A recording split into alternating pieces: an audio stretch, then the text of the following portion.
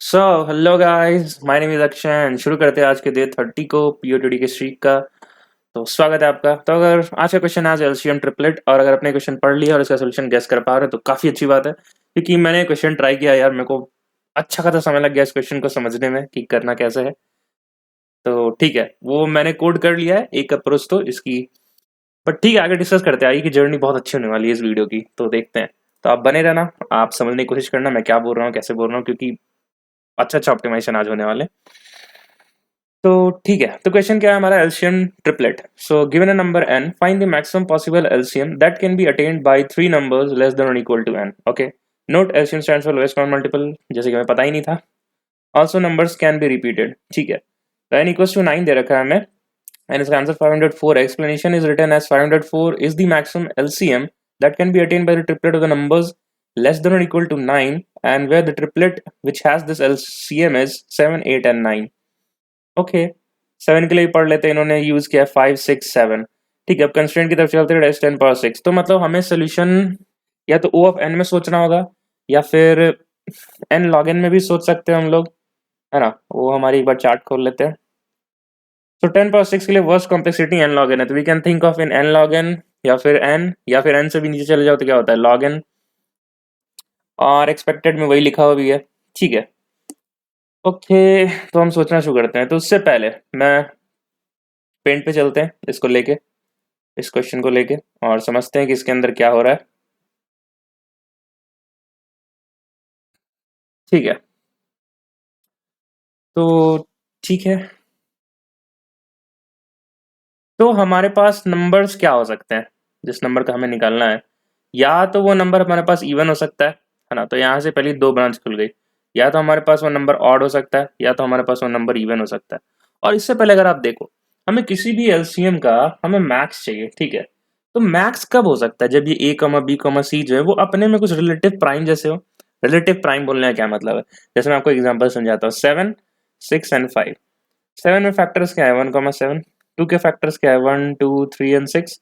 और 5 के फैक्टर क्या है, 1, 5। तो रिलेटिव प्राइम बोलने का ये मतलब है कि इन तीन नंबर्स के जो फैक्टर्स है कभी भी ओवरलैप नहीं हो रहे। ठीक है, देखो इसका डिस्टिंक्ट है, इसका भी डिस्टिंक्ट है, इसका भी डिस्टिंक्ट है। तो ऐसे केस में हम लोग एलसीएम कैसे कर निकालते हैं, 7 इंटू 6 इंटू 5 डायरेक्ट कर देते थे, है ना। अगर बचपन की बातें याद हो, जैसे हमें पूछा गया और 10, 11 और 12 का एलसीएम क्या है, तो हम देखते थे सबसे जो कॉमन फैक्टर है 5, राइट। तो 2 5 10, 11 छोड़ देते यहाँ पे, 2 6 12। अब किसी भी नंबर से नहीं जा सकता, है ना। That all these numbers cannot be divided with a single number, है ना। तो हम कर देते थे कि 2 इंटू 5 इंटू 11 इंटू 6 हमारा आंसर है। तो हम मैक्सिमम करने के लिए हम क्या कर सकते हैं, ये जो स्टेप हमने परफॉर्म किया, जब 10 को 5 बना दिया, 12 को 6 बना दिया, ये स्टेप परफॉर्म करने की जरूरत ना पड़े, तो हम डायरेक्टली बोल देंगे कि एलसीएम हमारा हो जाएगा 10 into 11 into 12। That's what I was saying कि जो नंबर्स है वो रिलेटिवली प्राइम होना चाहिए, and that's the simple meaning is कि जो फैक्टर्स है वो ओवरलैपिंग नहीं होना चाहिए, राइट। तो इस केस में हमारा आंसर हो गया 7 इंटू 6 इंटू 5। ये बात आपको समझ में आ रही है कि मैक्सिमम कब करना है हमें। ठीक है, तो अब केसेस हो सकते हैं ऑड या फिर इवन। तो पहले ऑड वाले केसेस को देखते हैं, उसमें कुछ पैटर्न निकालने की कोशिश करते हैं। तो ऑड नंबर हमारे पास 9 ही देखा, 9 ले लेते हैं। तो और हमें पता है कि हमें मैक्सिमम, अगर किसी ए बी सी का हमें मैक्सिमम मल्टीप्लीकेशन में आंसर चाहिए, तो ये तीनों भी मैक्स होने चाहिए। तो जब n इक्वल्स टू 1 से 9 ले रखा है, तो बड़ी ऑब्वियस सी बात है कि हम पीछे से स्टार्ट करते हैं।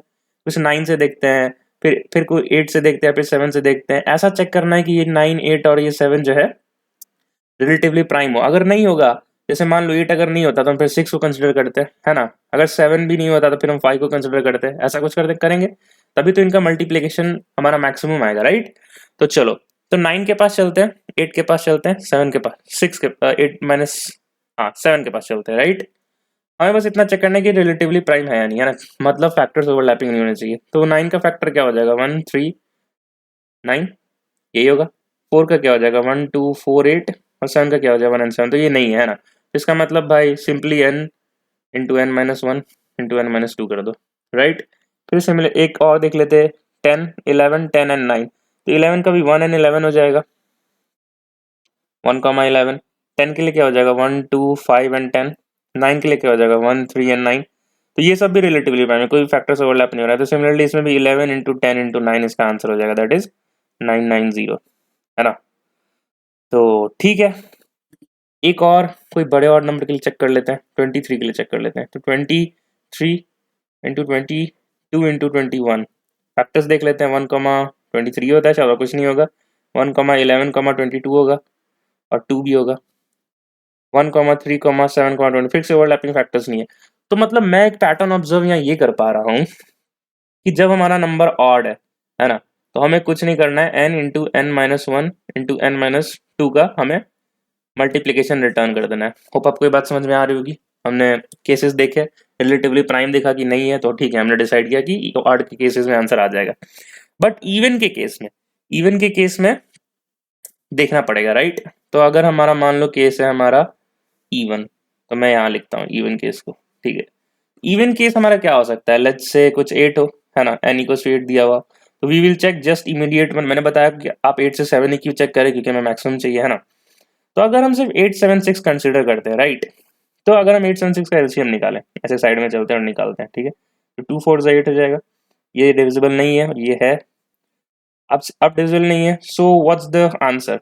आंसर ये है कि 4 इंटू 7 इंटू 3 इंटू 2, है ना, यही आंसर है। तो ये एक्चुअली क्या हो जाएगा, मल्टीप्लाई करके बताओ जल्दी से। 7 3 21 और 21 इंटू 8 करना होगा, तो 8 1 8 8 16 168 होता है, ठीक है। Which is as equal if I say कि 2 एक फैक्टर था, है ना, तो हम इसको कह सकते हैं कि 8 इंटू 7 इंटू 6 बाई 2, है ना। और ये 2 एक्चुअली में क्या है, ये एक्चुअली में इसका जीसीडी है ना। अभी इस केस के लिए जीसीडी है, राइट। अगर इससे भी अगर 3 से डिवाइड किया होता तो वो हो जाता, क्योंकि जीसीडी क्या होता है, greatest common divisor, that is equals to HCA. तो हम, मेरा पॉइंट ये था कि हम इस चीज को ऐसे लिख सकते हैं, द नंबर्स डिवाइड बाई 2, है ना, जो जिससे हमने मल्टीप्लाई किया, तो हम ऐसे लिख सकते हैं। देखो 7 इंटू 6, हाँ 7 इंटू 6 इंटू 4 विच अगेंस्ट कम्स एज 168, ठीक है। तो हमने क्या देखा, हमने ऑब्जर्व किया कि अगर इन तीनों को अगर हम अपने आंसर में लेते हैं, दैट इज 8 इंटू 7 इंटू 6, तो इसका एलसीएम होगा 8 इंटू 7 इंटू 6 बाई 2, बिकॉज इनके बीच में एक कॉमन फैक्टर आ रहा था 2, जो हमें अवॉइड करना है ना, अवॉइड करना है, तभी तो मैक्सिमम एलसीएम निकल के आएगा। तो इसलिए हमने इसको किया बाई 2। तो ठीक है, मैंने क्या बोला था, अगर कुछ दिक्कत होती है तो आगे बढ़ेंगे, है ना, तो हम आगे बढ़ते हैं, एक नया कलर लेते हैं, 6 से 5 की तरफ जाते हैं। अब चेक करते हैं 8 के साथ 7 का रिलेशन, इसका जीसीडी क्या है। इसका जीसीडी अभी 2 था, है ना। तो अगर अगर ये बाई 2 हो रहा है, राइट, तो हमें कुछ कुछ 8 इंटू या ए बी सी लिख देते, 8 इंटू बी इंटू सी में कुछ एक्स ऐसा चाहिए जो इससे कम हो, है ना। हमें क्या चाहिए, लेस देन 2 चाहिए अब, क्योंकि 2 तो पहले ही आ चुका है। तो लेस देन 2 क्या होता है, 1 1 ही होता है। तो नेक्स्ट नंबर्स के साथ हम चेक कर लेंगे कि उनका जीसीडी जो है इक्वल्स टू 1 है या नहीं, तभी तो आंसर कम आने का पॉसिबिलिटी है, राइट। क्योंकि फिर कम नंबर से, like less than 2 that is equals to 1, उससे डिवीजन करना होगा, है ना। तो अगर इसमें सपोज आंसर वाई आया था, यहाँ जेड आता है, राइट, तो ऑब्वियसली फिर जेड बड़ा हो जाएगा, उसको भी करके भी देखेंगे। तो 8 और 7 के बीच में हमने देखा कि जीसीडी इक्वल्स टू 1 है, राइट। तो हम इसमें अब बताओ कौन से एलिमेंट्स को नेग्लेक्ट करें, 8 को करें या फिर 6 को करें, बताओ आप।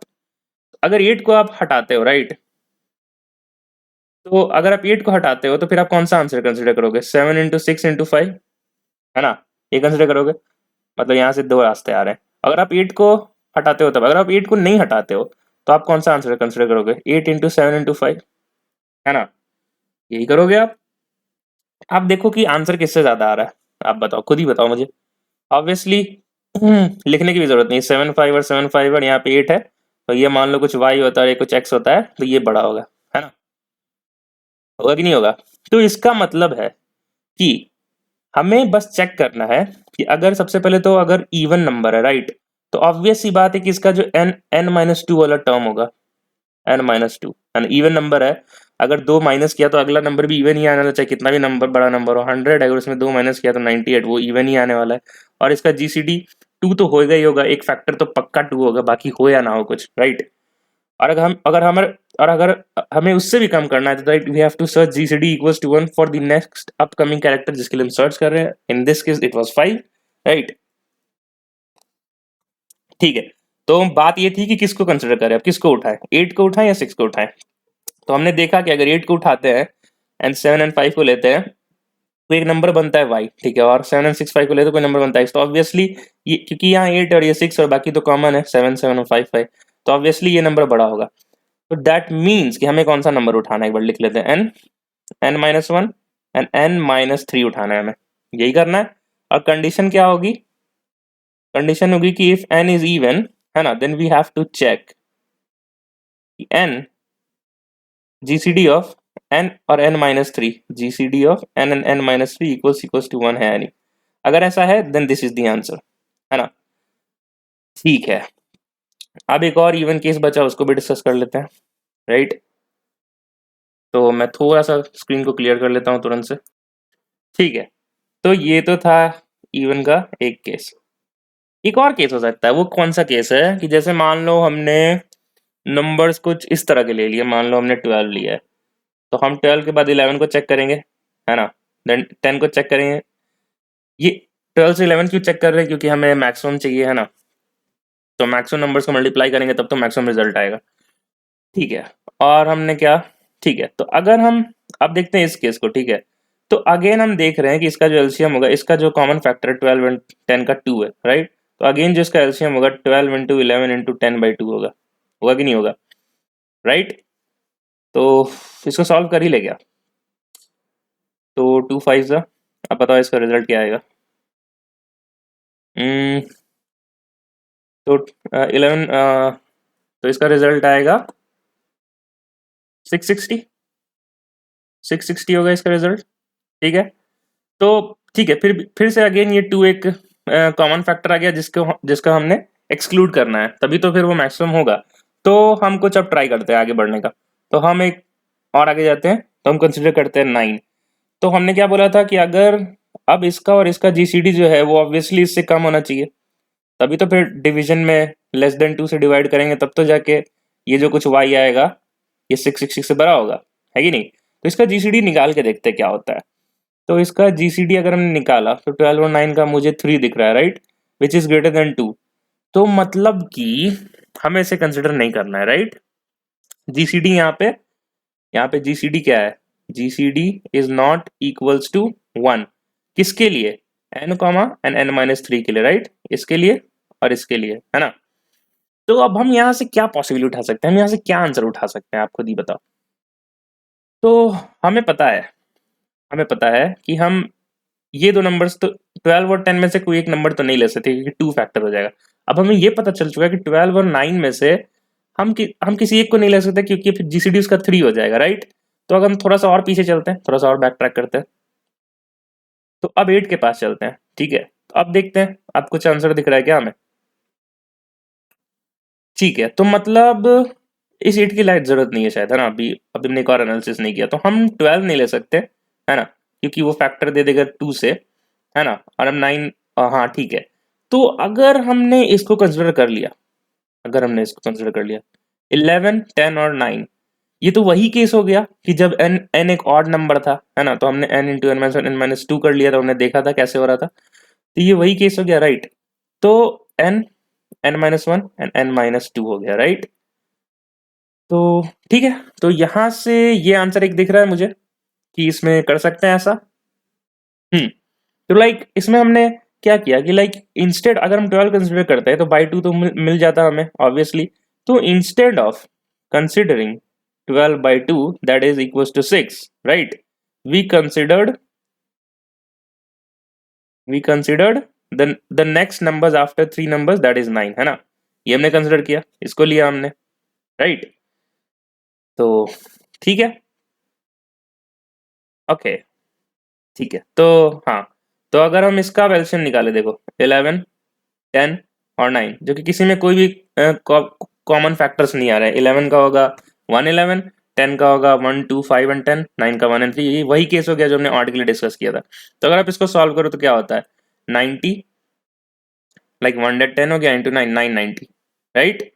और ये ऑब्वियसली ग्रेटर देन 660 है, तो मतलब हमें समझ में आ रही है बात कि हमें क्या क्या कंसिडर करना है। ठीक है, इसका एक समरी बना लेते हैं, मैंने बहुत कुछ यहाँ समझा दिया है, इसका एक समरी बना लेते हैं। समरी कोड कैसा दिखेगा हमारा, सबसे पहले कि इफ इवन, नहीं नहीं, पहले ऑर्डर लिखते हैं, वो काफी इजी था, राइट।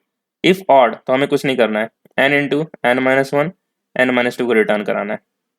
इफ इवन, मैंने बहुत अच्छे समझाने की कोशिश की है सारे केसेस को, ठीक है। इफ इवन हमें क्या करना है, हमें चेक करना है कि एन और एन माइनस थ्री का जीसीडी इक्वल्स इक्वल्स टू 1 है या नहीं। अगर ऐसा है तो व्हाट वी वर रिटर्निंग, कहाँ था केस हमारा, ये वाला केस था हमारा, ये वाला केस था हमारा। तो what we were returning in this case, we were returning n into n minus one into n minus three. क्यों किया था हमने, मैंने समझाया right, n, n minus one and n minus three, यही किया हमने। और दूसरा केस, ठीक है, दूसरे केस में हमें क्या करना है, अगर ऐसा नहीं हुआ तो ऑब्वियस सी बात है कि वो जो जीसीडी है वन नहीं आने वाला है ना। क्योंकि आप खुद ही देखो, अगर आप यहाँ कोई नंबर एक ऐसा है जो कि थ्री का मल्टीपल है और हम थ्री टाइम्स पीछे जा रहे हैं राइट, तो ऑब्वियसली वो जो थर्ड थ्री टाइम्स पीछे यहाँ पे जो नंबर आया है वो भी थ्री से डिविजिबल होगा। तो उसकी जो एक कॉमन फैक्टर आएगी, नॉट सेइंग जीसीडी, उसकी जो एक कॉमन फैक्टर आएगी वो थ्री तो कंफर्म होएगी। और हमें, और हम जब इस चीज को कंसिडर कर रहे थे 12 11 10 को, तो हमें 2 से डिवाइड करना पड़ रहा था। And if we considered this third number 12 and 9, हमने अगर ये दो नंबर उठा लिया था तो हमें फिर 3 से डिवाइड करना पड़ता। तो हमने क्या बोला कि इस 12 को छोड़ ही देते, हटा ही देते केस से, है ना।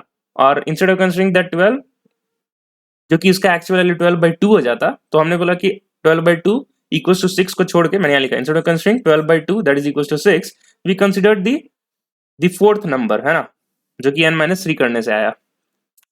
होप आपको ये बात समझ में आ रही है। तो हमें क्या रिटर्न करना है, n इंटू एन माइनस, नहीं नहीं नहीं, एक्चुअली में हमने ये किया ना, 11 10 और 9 निकाला। तो हमने क्या कंसिडर किया, n minus one, n minus to और n माइनस थ्री कंसिडर किया हमने राइट। वो ऑड वाला केस बना दिया हमने इसको। अब n माइनस वन, मैं कलर चूज कर लेता हूँ, हाँ, n minus one star, n minus to star, n minus three, यही हमारा सूडो कोड है, यही हमें कोड करना है, ठीक है। और ये क्यों हो रहा है, कैसे हो रहा है, मैंने आपको समझाया, ठीक है। और इसकी टाइम कॉम्प्लेक्सिटी भाई, तो इसकी टाइम कॉम्प्लेक्सिटी सारे इफ स्टेटमेंट से बस हम एक जगह जीसीडी कैलकुलेट कर रहे हैं, and that takes log and time right. वो इक्लूड का एल्गोरिथम होता है, हम उससे कोड करेंगे, ठीक है। तो अगर वो आपको नहीं पता है तो वो भी मैं समझा दूंगा। और ये वीडियो लंबी जाएगी यार, इस वीडियो को जरूर देखना, क्योंकि एक और ऑप्टिमाइजेशन है, वो देख के मतलब मजे आ जाएंगे। तो चलो इसको कोड करते हैं। तो ठीक है, हमारा कोड कैसा होने वाला है,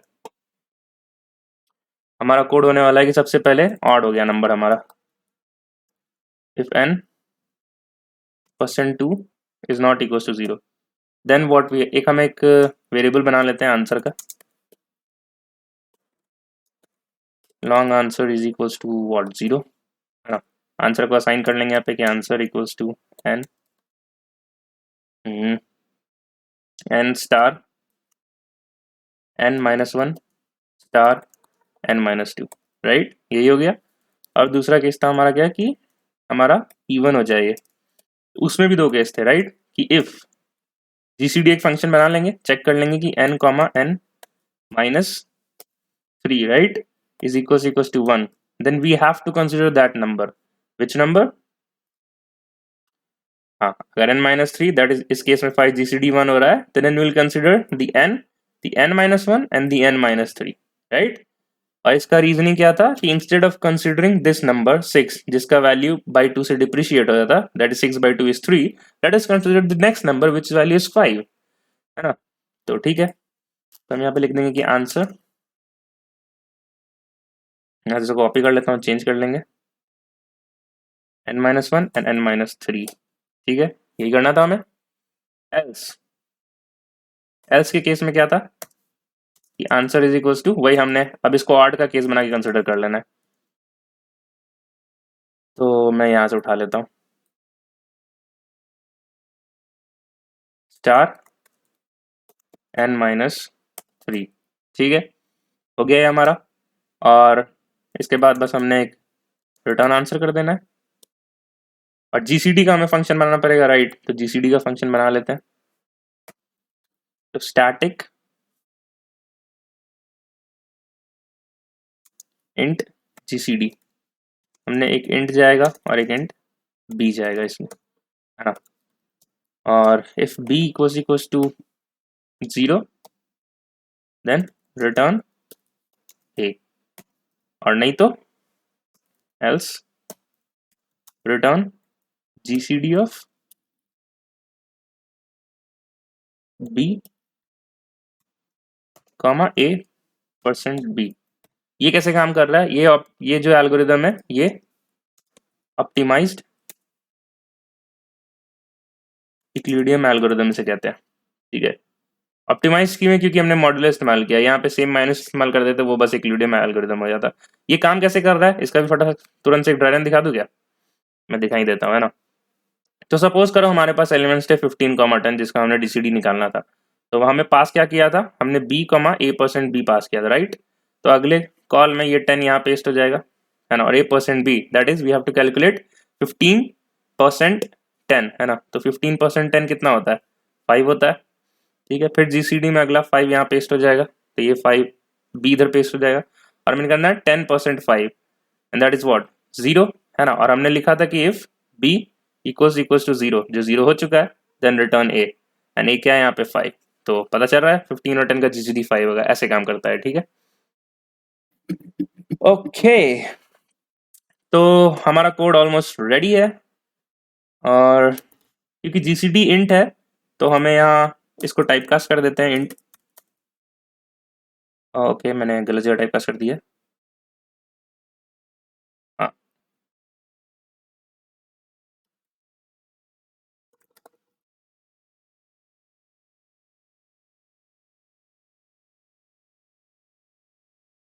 बिल्कुल सही बात है, कंपाइल कर लेते हैं इसको।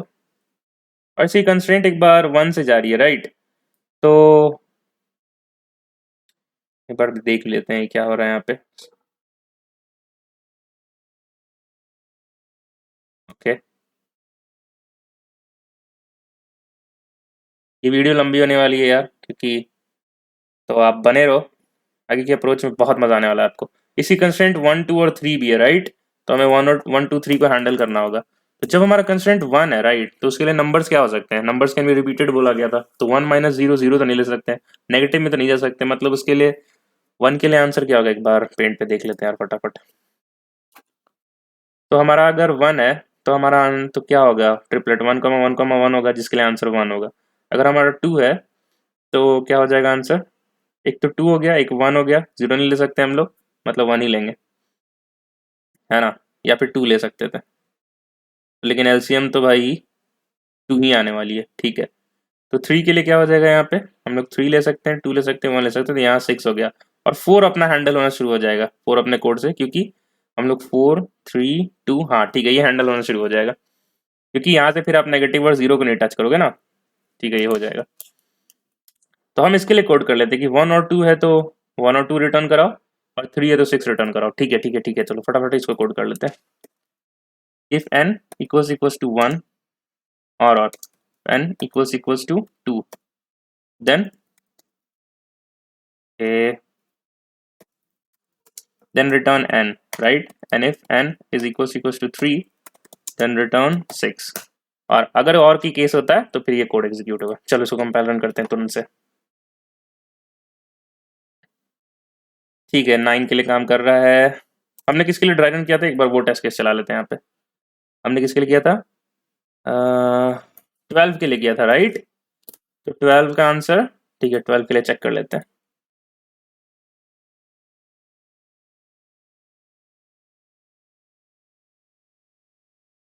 नाइन 990 बिल्कुल सही बात है, 990 हमारा भी आया था। ठीक है, फैंटास्टिक, इसे सबमिट करने का समय आ चुका है।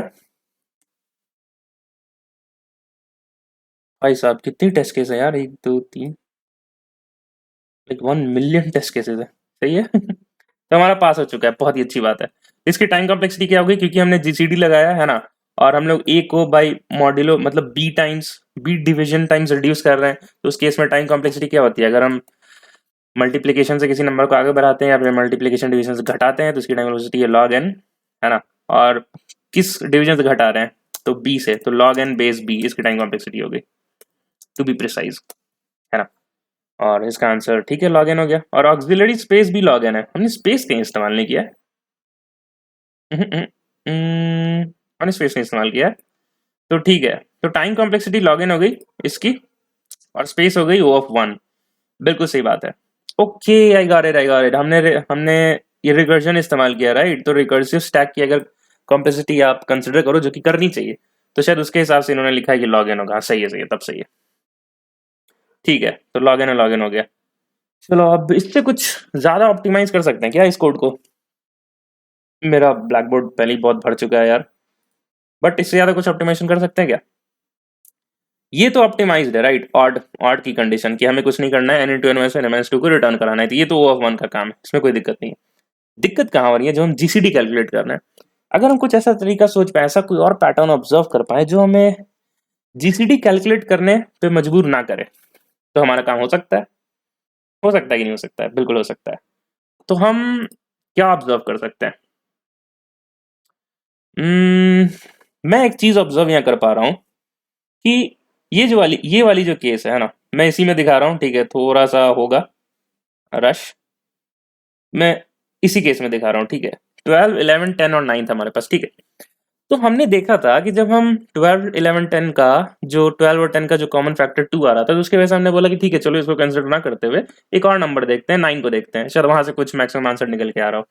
तो लेकिन हमने देखा कि भाई ये 9 और 12 तो अपना मतलब जो कॉमन फैक्टर है वो 3 दे दे रहा है, मतलब वो तो 2 से भी ज्यादा हो गया, है ना। तो अगर हमने इन दोनों को कंसिडर कर लिया, 12 9 और इस 11 को, to maintain the maximum LCM, तब तो फिर 12 इंटू, अभी क्या हो रहा था, 12 इंटू 11 इंटू 10/2 हो रहा था, बट फिर क्या हो जाता 12 इंटू 11 इंटू 9/3, फिर तो और कम हो गया। तो हमने बोला नहीं नहीं नहीं, तो ना ही 2 से आंसर आया ना ही 3 से आंसर आ रहा है, तो इसको हम ऐसे कंसिडर कर लेते हैं, 11 10 और 9 को उठा लेते हैं, हमारा आंसर सही हो जाएगा। तो बिल्कुल सही हो गया था। तो मैं क्या देख पा रहा हूँ यहाँ पे, मैं एक ऑब्जर्वेशन यहाँ देख पा रहा हूँ कि ये जो इवन होने के साथ साथ ये 3 का मल्टीपल भी है, 3 का मल्टीपल भी है, तभी तो n-3 में कॉमन फैक्टर 3 आ रहा था, है ना, है कि नहीं? तो मैं क्या बोल सकता हूँ, मैं एक समरी डिड्यूस यहाँ से कर पा रहा हूँ, मैं लिखूँ कहाँ पे वो नहीं समझ आ रहा। हम्म, मैं यहाँ पे लिख देता हूँ, ठीक है। मैं एक समरी डिड्यूस कर पा रहा हूँ कि इफ n जो है वो इवन हो, है ना, एंड मॉड्यूलो 3 भी हो, मतलब 3 का मल्टीपल हो, तो उस केस में हमें क्या करना है, यहाँ पे आंसर क्या आ रहा था, उस केस में हमें क्या करना है कि n-1 n-2 और n-3 को रिटर्न कराना है, हमें यही कराना है, ठीक है। और एक एल्स वाला केस होगा, ये सारे इवन वाले केसेस है, ठीक है, ये इवन वाले केस है, इवन एंड मल्टीपल ऑफ 3। अब क्या होगा कि सिर्फ इवन होगा, नॉट मल्टीपल ऑफ 3। तो यहाँ पे देखते हैं 8765 में कुछ पैटर्न आ रहा है क्या? तो 8 और 5 का जीसीडी 1 ही आ रहा था, ये हमने चेक करके निकाला, बट ऐसा नेचुरली देखा जाए तो 1 ही आ रहा है।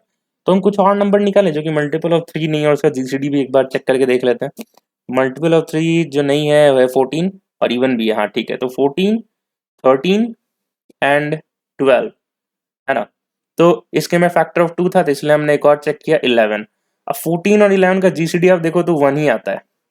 इसका क्या मतलब निकल रहा है दोस्तों, इसका मतलब ये निकल रहा है कि अगर वो मल्टीपल ऑफ 3 नहीं है, इवन है बट मल्टीपल ऑफ 3 नहीं है, तो इसका मतलब है कि n और n-3 का जो कॉमन फैक्टर आएगा वो 1 ही होगा, उसका जीसीडी 1 ही होने वाला है ना। और उस केस में हम किसको किसको कंसिडर कर रहे थे, हम इसको ले रहे थे, इसको ले रहे थे और इसको ले रहे थे, है ना। और हमारा हाइपोथेसिस क्या था कि इंस्टेड ऑफ कंसीडरिंग 12/2 जिसमें 2 का फैक्टर आ जा रहा था, दैट इज 12/2 6 हो जाएगा, let us consider the next neighbouring number that is greater than the previous number by 2, that is 6।